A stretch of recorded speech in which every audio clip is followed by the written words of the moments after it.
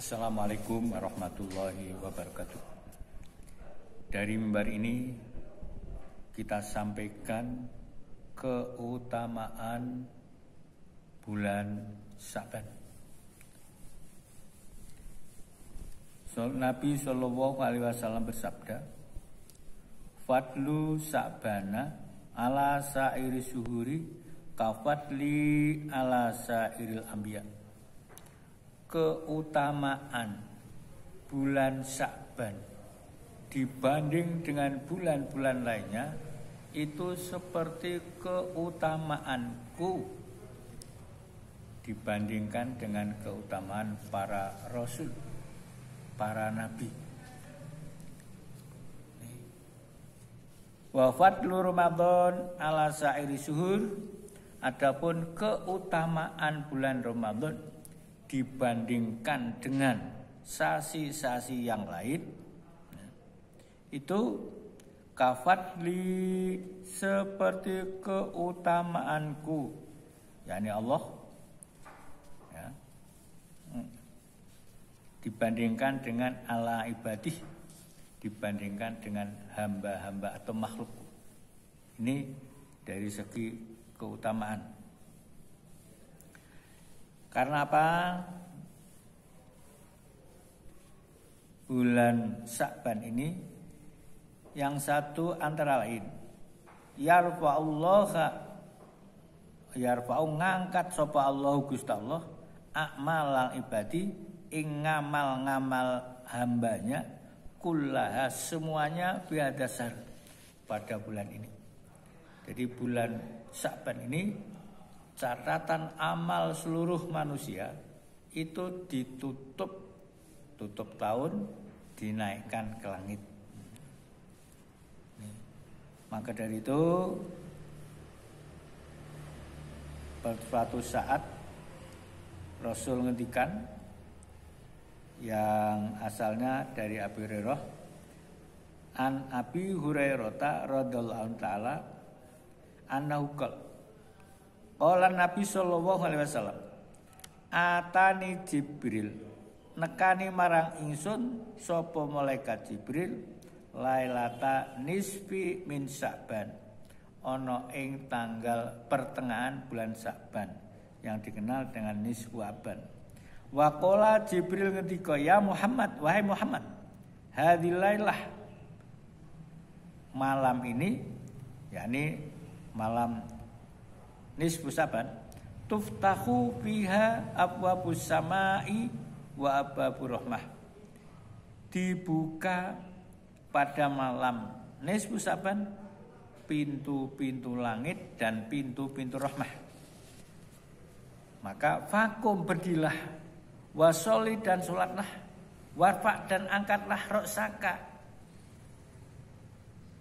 sirahmu, kepalamu, wayadaika dan kedua tanganmu ilas sama ke langit. Fakultu, maka Nabi bertanya, ya Jibril, wahai Jibril, ma hadilailah, ada apa malam ini? Qala Jibril jawab, hadilailah, malam ini adalah yuftahu biha salasami'ati babin minar rahmah, dibuka pintu-pintu 300 mi'ah pintu-pintu rahmah. Fayaghfirullah ta'ala, dan Allah mengampuni li jami'i semuanya dosa, malla yusyrik billah, orang yang tidak menyekutukan Allah syai'an sedikit pun, ini akan diampuni oleh Allah, kecuali illa mangkana sakhiron, sing ora bakal diampuni pada malam nisfu Sa'ban itu adalah satu sakhiron, tukang sihir, au kahinan, dukun, au masakhinan, wong sing satron ngenengake marang sedulure, au mudda khamrin, utawa wong sing ngajekake minum minuman keras. Au musirran ala zina utawa wong-wong sing nglanggengake ngetepi zina. Au aklu riba utawa wong-wong sing makan riba. Au akul walidaini utawa wong-wong sing wani marang wong tuwa. Au qati'ur rahim utawa wong-wong kang au qati'ur rahmi wong-wong sing mudhat persaudaraan. Fa innaha ulai mongko sak temene kabeh mau mulai dari sahir kahin wong sing medhot marang persaudaraan wani marang tuwa la yaghfir lahum ora bakal diampuni oleh Allah Subhanahu wa taala hatta yatubu sehingga dia bertobat wa yatraku lan ninggalake perkara-perkara sing dilarang Allah. Nah, kapan jatuhnya nisfu Saban tahun 2024 yang bertepatan dengan tahun 1445 Hijriah. Sumber dari berbagai lembaga falakiyah ini pada tahun ini menetapkan pertengahan atau nisfu Saban yaitu pada tanggal 15 Februari 2024. Nah, untuk itu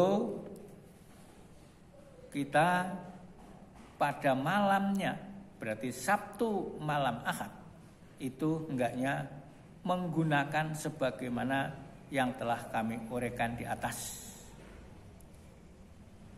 Jamaah rahimakumullah, keistimewaan nisfu Saban yang sebagian telah saya sampaikan di atas antara lain adalah malam pengampunan. Rasul Muhammad SAW sesungguhnya Allah menyeru kepada hamba-hambanya di malam nisfu Saban, kemudian mengampuninya dengan pengampunan yang lebih banyak dari bilangan bulu domba Bani Kilab. Maksudnya pengampunan yang sangat banyak. Hadis riwayat Imam Tirmidzi, Imam Ibnu Majah, Imam Ahmad, Imam Hambali dan Imam beliau berkata hadis ini adalah hadis sahih. Kemudian yang dua adalah doa pada malam nisfu Saban itu diijabi oleh Allah.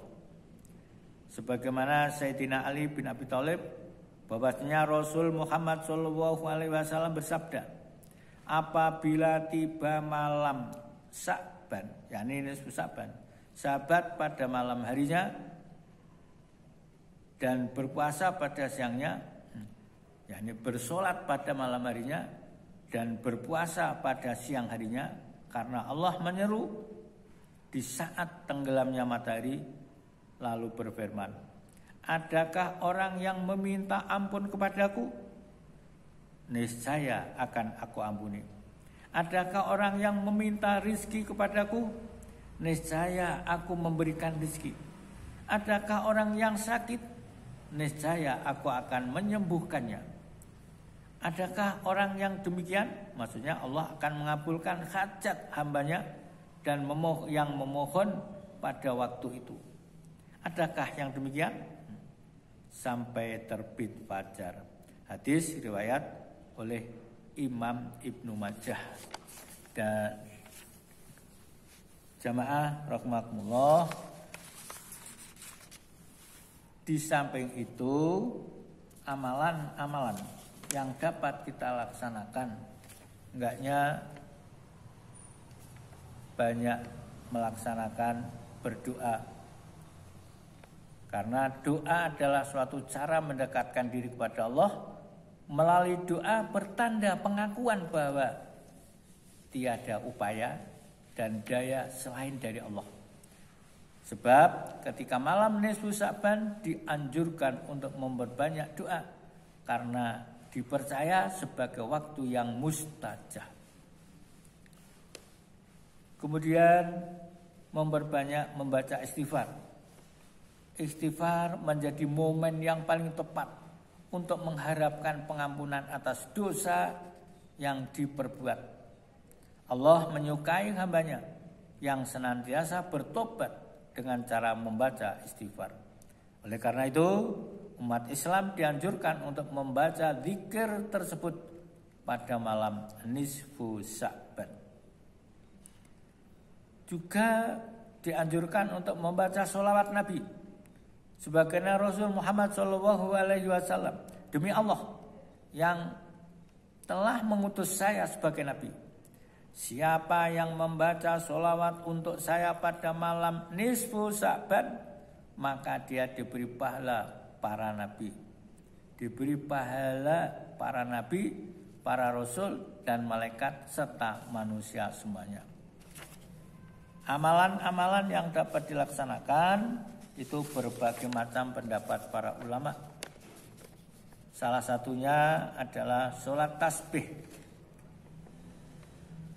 Sholat tasbih itu sebanyak 4 rakaat 2 salam. Atau ada orang menyebut sholat awabin. Atau melaksanakan sholat awabin. Salat ini jumlahnya 6 rakaat dikerjakan setelah maghrib dan sebelum isya.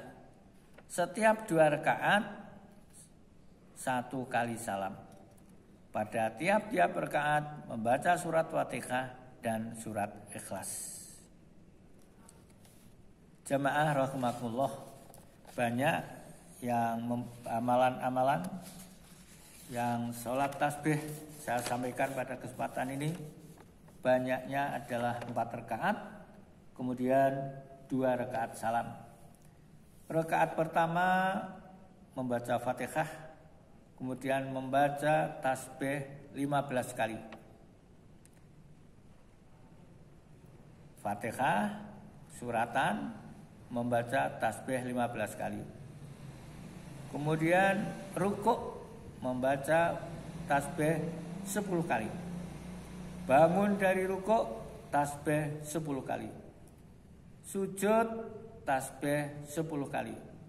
Bangun dari sujud, tasbih 10 kali. Sujud lagi, tasbih 10 kali. Kemudian bangun dari sujud, tidak langsung berdiri, membaca tasbih 10 kali. Jadi setiap rakaat itu membaca tasbih 75 kali. Kalau 4 rakaat berarti membaca tasbih tinggal kali 4. Ini cara melaksanakan sholat tasbih. Setelah itu enggaknya membaca Yasin 3 kali. Dalam kitab Mujribat yang dikarang oleh Ad-Dairabi, salah satu amalan di malam nisfu Sya'ban adalah membaca surat Yasin 3 kali dengan niat. 1 surat Yasin yang pertama dibaca untuk memohon panjang umur yang barokah dan taat ketakwaan serta dapat istiqomah kepada Allah Subhanahu wa taala. Yang kedua, surat Yasin untuk memohon dijauhkan dari segala bentuk musibah, bentuk fitnah, bala, nara bahaya lahir dan batin. Yang ketiga, surat Yasin untuk memohon kaya hati yang langsung dari Allah, tidak mudah meminta-minta pada selain Allah, serta ditetapkan iman dan Islam, akhirnya husnul khotimah. Ini amalan-amalan yang bisa kita laksanakan di dalam kitab Mujarubat yang telah saya sampaikan. Yang artinya aja, adapun membaca surat Yasin pada malam nisfu Sa'ban setelah maghrib merupakan hasil ijtihad sebagian ulama. Ia adalah Syekh Al-Bani dan hal itu bukanlah suatu hal yang buruk. Syekh Muhammad bin Darwis Asna Al-Mafatih. Insya Allah besok sekali lagi Sabtu malam Ahad jatuh yakni nisfu Sa'ban. Semoga kita diberikan kekuatan untuk bisa mengamalkan dengan sebaik-baiknya dengan beberapa macam wirid, yakni salah satunya adalah Yasin 3 kali yang telah saya beberkan di atas. Semoga kita dapat mempersiapkan diri mulai sekarang. Harapan kita nanti dapat melaksanakan ibadah khususnya pada nisfu Sa'ban tahun ini, kita mendapat berkah dari amalan itu, diberikan panjang umur yang membawa barokah, kemudian taat kepada Allah Subhanahu wa taala, juga dijauhkan dari bentuk musibah narabaya lahir batin, serta diberikan kekayaan hati yakni iman. Allahumma amin. Wallahu muwaffiq ila aqwamit thoriq. Wassalamualaikum warahmatullahi wabarakatuh.